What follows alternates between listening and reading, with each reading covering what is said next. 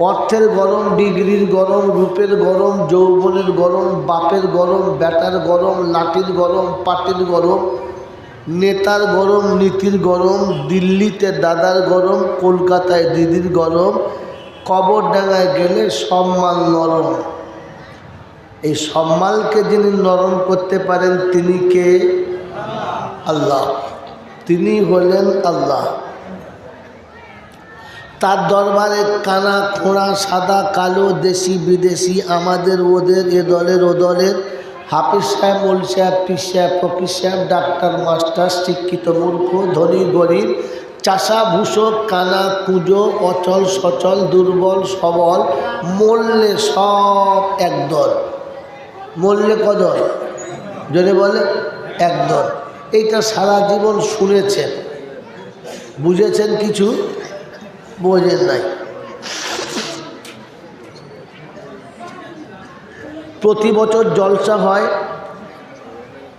এলাকায় হয়, দেশে হয়, বিদেশেও হয়। শুনতে শুনতে সারা বছর চলে যায়। জলসা শোনা হয়, দুর্ভাগ্য হলো জলসা বোঝা হয় নাই। আর বোঝা হয় নাই বা বোঝেন নাই তার নমুনা, বুঝতে পারি নাই বলে আমল করি। যদি বলেন না, যে ছেলেটি খেলা বোঝে তাকে আপনি খেলার মাঠ থেকে টেনে তুলতে পারবেন না। আর যে ছেলেটি খেলা বোঝে না ওকে বসিয়ে রাখলেও পালাবে, ও বসতে চাইবে। যদি বলেন, কারণ যে বোঝে সে উঠবে না, যে বোঝে না সে বসবে। যদি বলেন, তো যে জলসা বুঝবে ও পেচ্ছাপ করে পানি নেবে, না ধুয়ে উঠবে না। আর যে বুঝবে না ও না ধুয়েই উঠবে, কোনো দিন ধুইবে না। এবার বোঝেন কে বুঝেছে আর কে বোঝে না। যে খেলা বোঝে তাকে টেনে তুলতে পারবেন না, যে খেলা বোঝে না তাকে ধরে বসাতে পারবেন না। তো যে জলসা বোঝেছে আই বড় বয়সে দাঁড়িয়ে রাখবে, চাঁচবে না। আর যে জলসা বোঝে না ৬২ বয়সে চেঁচে এড়ে গরু সাজবে, ও শালাকে মানুষ করতে পারবেন না। এর আগে এখানে আসি নাই, আর পরে আমাকে আনবে না। তবে এসিসি যখন চাষটা দিয়ে যায়, কি বলেন জি? এই জন্য জলসা বুঝলে মানুষ আমল করত, বোঝে নাই তাই আমল করে না। কথা বোঝেন না? বাবাজিরা, সোনারা, লালেরা, বিড়ি খোরকে বিড়ির গন্ধ লাগে? জোরে বলেন লাগে? লাগে না। মাতালকে মদের গন্ধ? জোরে বলেন, কথা বলেন, লাগে না। মুচিকে চামড়ার গন্ধ? জোরে বলেন। তো হারামের বাচ্চা কি হারাম খেতে লজ্জা? কজন আছে গুনে নেন?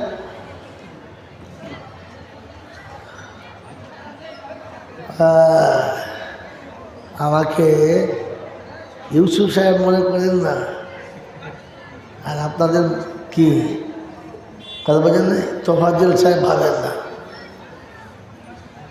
এই বেলেট খুব খারাপ, আমি আগে বলেছি।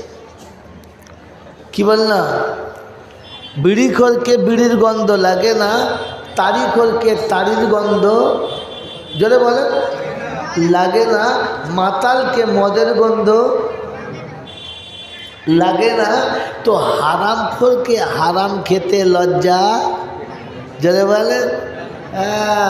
এবারে এখানে বসে আছেন কজন ভাবেন, শ্বশুরবাড়ির পণ খেয়েছেন কজনা, বউকে বন্ধনের লোনা তার আনতে পাঠান কজনা, নিজে ঘরে থেকে বউকে লক্ষ্মীর ভাণ্ডার আনতে পাঠান কজনা, নিজে বাড়ি থেকে বউকে দিয়ে পানি আনান কজনা।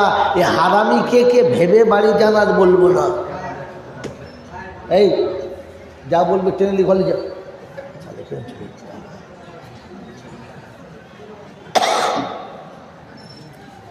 এই জন্য জলসা বুঝেন, বুঝবেন তবে যাবেন। শোনাচ্ছিলাম তিনি হলেন আল্লাহ। মূল্যে কদর দেখেছেন? হ্যাঁ, এরা হানাফি মৌলবি, ফারাজিরা নেবে না। ওরা ফারাজি মৌলবি, হানাফিরা নেবে না। এরা বেদাতি মৌলবী, দেওবন্দিরা নেবে না। এটা দেওবন্দি মৌলবী, বেদাতিরা যারা বলে নেবে না। একজন মরলে জানাজা পড়বে 4 সালা, একজনও পালাবে না। তখন আর দলবাজি কারণ কি বলেন তো? বেঁচে থাকলে কর দল, মরে গেলেই খাবার কল, ভাগো দল। মরলে কদল। এই জন্য কলমা বল, মসজিদে চল, মুসলমানের একটাই দল, বাকি খাবার কল। হানাফি, শাফি, মালিকি, হাম্বালি, কাদরিয়া, চিস্তিয়া, মোজাদ্দেদিয়া, নকশবন্দিয়া, দেওবন্দ, ফুরফুরা, তবলিগ, হেজবুল্লাহ, আজানগাছি, হাক্কানি, কাদিয়ানি, তালতলা, নারকোলডাঙ্গা, পাথরচাবড়ি, পিয়ারডাঙ্গা, মরে গেলেই কবরডাঙ্গা। মরে গেলে কোন ডাঙ্গা? হ্যাঁ, তখন আর ডাঙ্গা ভাগাভাগি নাই, সব এক ডাঙ্গা। তোমাদের বাড়ি আমাদের মেয়ে বিয়ে দেবো না, আমরা চৌধুরীদের বাড়ির ছেলে, তোরা আয় বাবা। যখন দরকার হবে আমি বলবো, হজম পর্যন্ত হাত মারছি না। তোমাদের বাড়ি আমাদের মেয়ে বিয়ে দেবো না, কারণ তোমরা খায়েদের বাচ্চা, আমরা চৌধুরীর বাচ্চা। হ্যাঁ না না বলে, ওদের সঙ্গে আমাদের লেনদেন হবে না, বিয়ে শাদী হবে না। ওরা হাই ফাই, আমাদের কিচ্ছু নাই। হ্যাঁ না বলেন। মরলে সব শালা খাস জায়গায় শোবে, তখন আর কারণ ফুটুনি নাই যে আমার চৌধুরীর বাচ্চা ওপর ডাঙ্গায় শোবো, এরকম আছে? আছে? অতএব উপরে থাকতে অনেক দল, ভেতরে গেলে সব এক কল। এই জন্য কথা বললাম, কলমা বল আর মসজিদে চল, বাকি সব ছাড় দল। এই ক্ষমতার যিনি একাই মালিক, তিনি কে? হিন্দু, মুসলমান, জৈন, খ্রিস্টান, বেঈমান কিংবা নাফরমান, মরলে সব সমান সমান। মরলে সব কি জি যদি বলে সমান সমান, তখন একটাই নাম, সেটা হচ্ছে লাশ। কি নাম? লাশ। আর ফেরেশতারা বলছে যাচ্ছি যখন যা, তবে দেখে যাস, আগে চলে গেছে আচাচা বাঁশ। যদি আমল থাকে তো যাস, আর তা না হলে যদি বলে বাঁশ। এতদিন জলসা শুনেছেন তো, জলসা শুনতে শুনতে দাড়ি পেকে সাদা হয়ে গেছে, চোখের জ্যোতি চলে গেছে, পিঠের মাজার হাড় বেঁকে কুঁজো হয়ে গেছে। বলেন তো কেন বাঁশ? জানেন না, খালি মৌলবীরা বলে আর মজাদার কথা তাই শোনেন। ভাই চাওয়ালা, ও ভাই চাওয়ালা, আপনার কাছে অনুরোধ, আপনি দরজায় গিয়ে দাঁড়ান, যার খেতে মন যাবে গিয়ে খেয়ে আসবে। যা বেঁচেছেন খুব বেঁচেছেন, এবারে আল্লাহর রাস্তায় ক্ষমা করুন। আপনি দরজার কাছে যান, যার খেতে মন যাবে খেয়ে আসবে। আল্লাহর নবী সাল্লাল্লাহু আলাইহি ওয়াসাল্লাম বলতেন যে তোমরা জান্নাতি মানুষ দেখতে চাও? তো সাহাবীরা বলতেন ইয়া রাসূলুল্লাহ, ইয়া হাবিবাল্লাহ, আল্লাহু ওয়া রাসূলুহু আলাম, আপনি এবং আল্লাহ সব থেকে ভালো জানেন কে জান্নাতি। তো আল্লাহ নবী বলতেন এ দেখো এই মানুষটা জান্নাতি, ওই যে যাচ্ছে লোকটা জান্নাতি।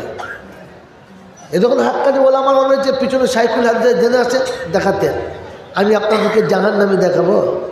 কথা বলে না, দেখাবো? হ্যাঁ না বলে, পাক্কা জাহান্নামী দেখাবো? কথা বলে না, দেখাবো? হ্যাঁ বাবাজি, যে ছেলেটি মাধ্যমিকের টেস্ট দিচ্ছে না, তার মানে ও আর ফাইনাল পরীক্ষা দেবে? দিতে পাবে? তো এটা জান্নাতের বাগান, এটা জান্নাতের টেস্ট চলছে। এইরকম জান্নাতে আসবো বলে যারা গেটের এপারে না এসে চার দোকানে বসে আছে, মনিহারির দোকানে বসে আছে, ওরা পাক্কা জাহান্নামী। আপনাকে আর বুঝাতে হবে না, কারণ ওরা টেস্টই দিচ্ছে না। কথা বোঝেন নাই? হ্যাঁ, এটা ঝট করে কোনো মৌলবী বলবে না, বললে ঝামেলা আছে। কারণ টেস্ট যে দিল না, ও মাধ্যমিকে ঢুকতেই পাবে না। এই জান্নাতে আসবো বলে বাড়ি থেকে বার হয়ে এসে যারা এই জান্নাতে ঢুকলো না, ওরা যে পাক্কা জাহান্নামী, আপনাকে আর বলে বোঝাতে হবে না, দেখলেই বুঝে দেবে। যাদের লজ্জা থাকে ওরা জাহান্নামে যাবে না, বেহায়া জাহান্নামে যাবে। এটা হচ্ছে জাহান্নামীদের নমুনা। কথা বোঝেন না? হ্যাঁ না বলেন? যে মেয়েগুলো প্যান্ডেলের ভেতরে বসে ওদের লজ্জা আছে, কিন্তু যাদের লজ্জা ছিল না ওরা এড়ে গরুর সঙ্গে ঘুরে বেড়াচ্ছে, মানে পাক্কা জাহান্নামীর নমুনা। ওদের লজ্জা শরম কিচ্ছু ছিল না। যে পুরুষগুলো মাথায় টুপি দিয়ে জান্নাতের বাগানে বসেছে এটা জান্নাতীদের নমুনা। আর এই সুযোগে যারা ভালো ভালো মেয়েদেরকে গা ঘষে নিয়েছে এদের পাক্কা জাহান্নামের নমুনা। এবার কে কে জাহান্নামী বুঝে নেন, আমি আর বলবো না। বাবাজিরা, সোনারা, লালেরা, জ্ঞানীজনরা, সুধী মানুষেরা, যেজন দিবসে মনের হরষে জ্বালায় মোমের বাতি, আশু গৃহে তার জ্বলিবে না আর নিশিতে প্রদীপ। আজকে যার জ্ঞান বুদ্ধি থাকা সত্ত্বেও, ক্ষমতা থাকার পরেও নিজের জান্নাতের বাগানে নিজে বসছে না, মরার পরে সারা মৌলবী কিয়ামত পর্যন্ত দোয়া করলে ওকে জান্নাতে পাঠাতে পারবে?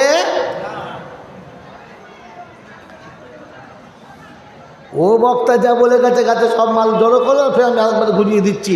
কোনো মৌলবী দোয়া করে ওকে জান্নাতে দিতে পারবে না, কারণ নিজে ইচ্ছা করে কোনোদিন জান্নাতে ঢোকার ইচ্ছা করলো না। তো মরার পরে আপনি ওকে জান্নাতি করতে পারেন? জোরে বলেন। তার নমুনা বলে দিচ্ছি, শুনে নেন। বাচ্চা মায়ের পেটে ক মাস থাকে? 10 মাস। বাপের কাছ থেকে এসে মায়ের কাছে 10 মাস থাকতে হয়, তবে দুনিয়ায় আসে। কেন না? এই 10টা মাস ও থাকা দরকার ছিল, তাই ছিল। কি ঠিক ঠিক না? হ্যাঁ, 10 মাস হয়ে গেছে, চলে এসেছে, তাই তো? ছি ছি ছি ছি ছি। তার মানে আপনি যে ইসলাম সম্পর্কে নিরক্ষর, একদম পাক্কা নমুনা। বাচ্চা মায়ের পেটে 10 মাস ছিল টাইম কাটানোর জন্য না, 10 মাস বাচ্চা মায়ের পেটে ছিল নিজের শরীর বানানোর জন্য। তার হাত, তার পা, তার নাক, তার চোখ, তার মুখ, তার কালার, তার ডিজাইন, তার শক্ল, তার সুরাত সম্পূর্ণ সঠিক করার জন্য 10 মাসে প্যাকটাপ হয়ে গেছে, মাল পাচার হয়ে গেছে। কারখানায় একটা কাপড় প্রথমে কাটা হয়, তারপর তার কালার করে, তারপর তার পাঞ্জ হয়, তারপর সেটা সেলাই হলো, ডিজাইন মাপে হয়ে গেল, কোম্পানি ছেড়ে দিলে। এটা একটা কারখানা। এখানে বাচ্চা যতক্ষণ সম্পূর্ণ হওয়ার কথা ছিল ঠিক ততটাই হয়ে গেছে, চলে এসেছে। কোম্পানি থেকে যে প্লেটটা আসার সময় ফেটে গেছে, ওকে পৃথিবীর আর কোনো মেডিসিন দিয়ে সোজা করা যাবে না। মায়ের পেটে থেকে যে বাচ্চাটা আসার সময় কানা, কুঁজো, পোলিও, ভেংড়ু হয়ে মায়ের পেট থেকে বাইরে এসেছে, পৃথিবীর কোনো ডাক্তার, কোনো মাস্টার, কোনো বৈজ্ঞানিক, কোনো দার্শনিক, কোনো মেডিসিন, কোনো থিওরি, পৃথিবীর কোনো প্রযুক্তিবিদ্যা ওই বাচ্চাটাকে আর সম্পূর্ণ করতে পারে? পারে? যেমন পারে? সম্ভব না। এই পৃথিবীতে আল্লাহ জিন্দেগি বানাতে দিয়েছিল, এখান থেকে বানিয়ে না নিয়ে কবরে গেলে মৌলবীর 14 গোষ্ঠীর তাকত দিয়ে ও শালাকার বানাতে পারে, কারণ ও জায়গাতে বানানো না। এখান থেকে ওপারে গেলে ও জিন্দেগি আর বানানো যাবে না, ও কুঁজোই থাকবে, ওকে সোজা করা যাবে।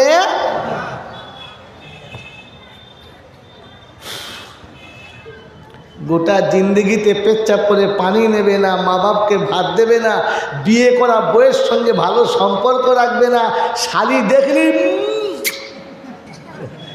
এমাল মরে যাবে আর এ দোয়া করলে জান্নাতে যাবে, এই ভণ্ডমি আর চালায়ও না, কারণ ও জান্নাতে যাওয়ার যোগ্য না। জিন্দেগি মায়ের পেটে দিয়েছিল শরীর বানানোর জন্য, আর হায়াত দিয়েছে আপনাকে আমাকে জিন্দেগি বানানোর জন্য। ওখান থেকে তো বানিয়ে এসেছি, বলেন এখানে জিন্দেগি বানাচ্ছি না কাটাচ্ছি?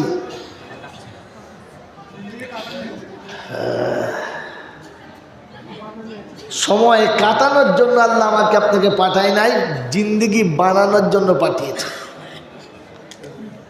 ভাই আমি খোদবাতেই দাঁড়িয়ে গেছি, বসে বসে ভাবি যে আমি বানিয়ে যাচ্ছি না কাটিয়ে যাচ্ছি। কাটিয়ে গেলে পেটাই, আর বানিয়ে গেলে রেহাই। এবার আপনি ঠিক করেন আপনার কোনটা চাই। ওটা মৌলবীর হাতে নাই, ওটা পীরের হাতে নাই, ওটা বুজুর্গের হাতে নাই, ওটা ওলির হাতে নাই, ওটা দরবারে নাই, ওটা কারবারে নাই, ওটা পৃথিবীর কোনো জায়গাতে নাই। যদি থাকতো তাহলে বিশ্বনবী জনাবে মুহাম্মদুর রাসূলুল্লাহ সাল্লাল্লাহু তাআলা আলাইহি ওয়াসাল্লাম খাদিজাকে বলতেন না তোমার জিন্দেগি তুমি বানিয়ে নাও, ফাতেমাকে বলতেন না যে আমি বাপ এই ভরসায় তুমি যেন থাকবে না, কারণ কবরে আমার কথা চলবে। ওই বোকা কোথাকার, এই জীবনে গোসল করার ফরজ জানে না, এখনো পর্যন্ত পাটার পাশে গায়ে গন্ধ থেকে ওর গায়ে গন্ধ বেশি। বলছে মৌলবীরা ভালো না, ওদের পাশে চলে না, মরার পরে এই মৌলবী ছাড়াও সারাকে কেউ গোসল করাবে? কথা বলো। হ্যাঁ, গোসল দিতে গিয়ে দেখে বগলের ভেতরে নারকেলের দড়ি।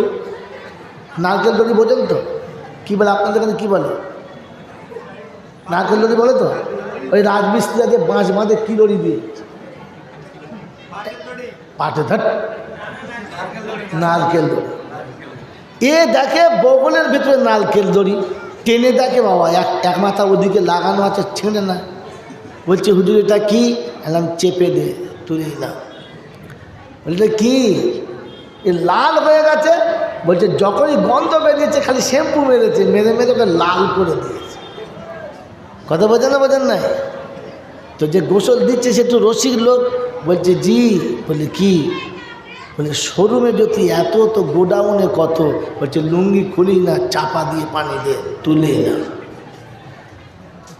জি, যে ড্রেনে 6 মাস পানি যায় নাই, 1 বছর পানি যায় নাই, ওই ড্রেনের ময়লা 1 বালতি পানি দিলে ধোয়া যাবে? এই যুবক যাবে যে 40 বছর বিবির সঙ্গে মেলামেশা করে গোসলের ফরজ আদায় করে না, লুঙ্গি তুলে 2 বন্যা পানি ছুঁড়ে দিলে ও শালার পাক হবে? ও পাটা হয়ে কবরে যাবে। আর আমার এখানকার লোকেরা দাওয়াত করবে? করবে না। কিন্তু এসেছি যখন, তো সত্যটা না বলে গেলে কবরে ছাড়া আমাকে ছাড়বেও না। এখন আমি আমার ভয়ে বলছি, তুমি বুঝে নাও।